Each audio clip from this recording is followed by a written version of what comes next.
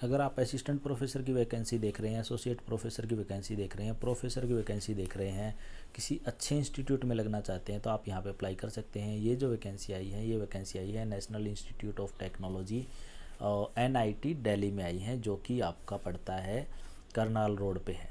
ठीक है जी। तो ये वैकेंसी कुछ इस तरह से है। देखो, प्रोफेसर की वैकेंसी 14A लेवल है, एसोसिएट प्रोफेसर की 13A2 है, असिस्टेंट प्रोफेसर ग्रेड 1 जो रहेगा लेवल पे लेवल 12 रहेगा, असिस्टेंट प्रोफेसर जो ग्रेड 2 रहेगा वो कॉन्ट्रैक्ट लेवल 10 पे रहेगा। ठीक है जी। और ये बस जो ग्रेड 2 वाला है वो कॉन्ट्रैक्ट पे, बाकी सारी परमानेंट है। अब इन्होंने बता दिया कि भाई 31 NIT में इसमें ये इस्टेब्लिश किया गया था, ये सारी चीज़ें तो हो गई अलग। आपको क्या करना है, देखो आपको करना है कि भाई 27 जून से लेके 17 जुलाई के बीच में फॉर्म अप्लाई करना है PDF में डाउनलोड करके, और फिर आपको सारे डॉक्यूमेंट लगा के सेल्फ अटेस्ट करके registrar NIT Delhi plot number ये यहाँ पे आपको भेजना है फॉर्म हार्ड कॉपीज़ के साथ डाउनलोड करके। ठीक है जी। अब बात आती है वैकेंसीज़ की। प्रोफेसर की वैकेंसी एक भी नहीं है, एसोसिएट प्रोफेसर की वैकेंसी 7 है, असिस्टेंट प्रोफेसर ग्रेड जो 12 है उसकी वैकेंसी 7 है, जो असिस्टेंट प्रोफेसर ग्रेड 2 है जो कॉन्ट्रैक्ट पे जो वैकेंसी है वो 14 वैकेंसी। इस तरह से टोटल 28 वैकेंसी है आपकी।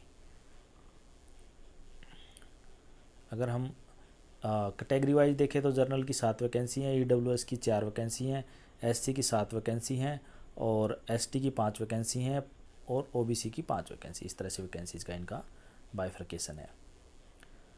फिर मिनिमम जो कैरी फॉरवर्ड क्रेडिट पॉइंट, ये इस तरह से इन्होंने रिक्वायरमेंट दे रखी है असिस्टेंट प्रोफेसर एसोसिएट प्रोफेसर की।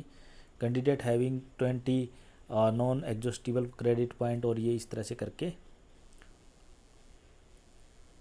अब area of specialization for tentative vacancies के लिए ये है, केमिस्ट्री के लिए आप असिस्टेंट प्रोफेसर लग रहे हो लेवल 12 पे, परमानेंट वैकेंसी है।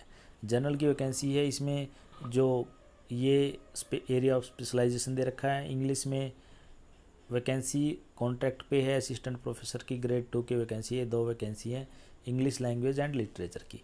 ह्यूमैनिटीज़ में एक वैकेंसी है, कॉन्ट्रैक्ट पे है, SC की है, इकोनॉमिक्स और ये फाइनेंस, इस तरह से MBA से रिलेटेड वैकेंसी है। मैथमेटिक्स में 2 वैकेंसीज है, एक SC की एक ST की, इसमें अप्लाइड स्टैटिस्टिक्स और ये भी कॉन्ट्रैक्ट बेसिस पे है। फिजिक्स में एक कॉन्ट्रैक्ट पे है और एक परमानेंट है। और ये जो वैकेंसी जर्नल की हैं दोनों, इसमें इलेक्ट्रॉनिक इंस्ट्रूमेंटेशन ये सब रहता है।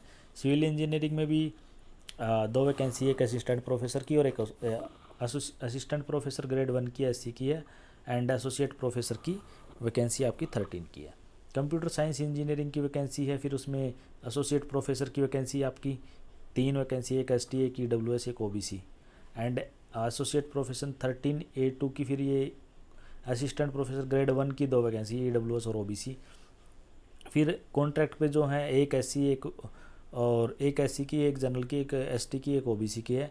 ये एल्गोरिथम और ये कंप्यूटर से रिलेटेड है ये सारी। फिर इलेक्ट्रॉनिक में भी एक वैकेंसी जर्नल की। फिर इलेक्ट्रिकल इंजीनियरिंग में फिर एक वैकेंसी एसोसिएट प्रोफेसर की SC की, असिस्टेंट प्रोफेसर ग्रेड 1 की EWS की है, असिस्टेंट प्रोफेसर ग्रेड 2 की ST की है। मैकेनिकल इंजीनियरिंग की एक पोस्ट ST की है, और असिस्टेंट प्रोफेसर जर्नल की एक पोस्ट है, और OBC की जो कॉन्ट्रैक्ट पे है पोस्ट, ये मैकेनिकल इंजीनियरिंग है। एरोस्पेस इंजीनियरिंग में 2 वैकेंसी है, OBC की एक है, एक SC की वैकेंसी। OBC की ग्रेड 2 की है, कॉन्ट्रैक्ट पे है, और एसोसिएट प्रोफेसर की वैकेंसी एरोस्पेस में SC की वैकेंसी। इस तरह से है। क्वालिफ़िकेशन इन्होंने दे रखी है कि भाई क्वालिफ़िकेशन क्या होनी चाहिए।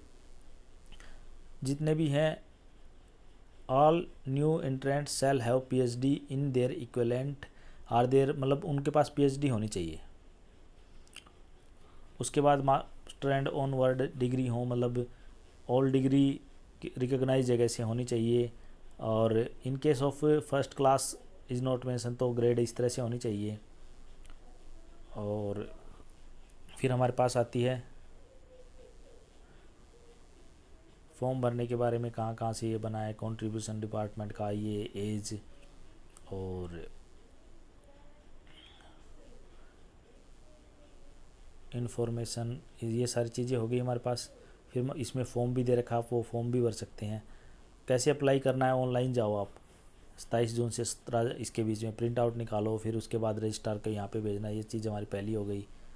और एप्लीकेशन फ़ीस की बात हो गई यहाँ पे।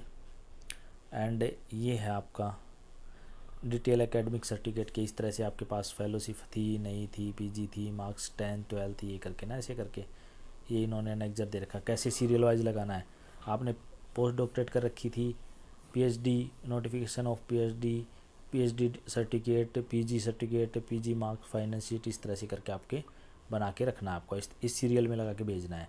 फिर ये टीचिंग एक्सपीरियंस के लिए, ये टीचिंग एक्सपीरियंस था नहीं था, फिर इंडस्ट्री एक्सपीरियंस और रिसर्च एक्सपीरियंस था आप पे नहीं था।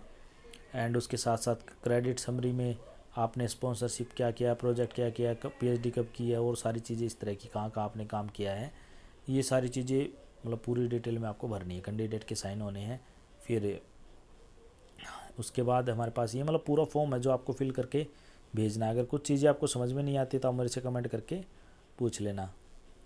और इसके बाद ये सारा आपका फॉर्म है जो जिसमें आपको डिटेल आपकी भरनी है।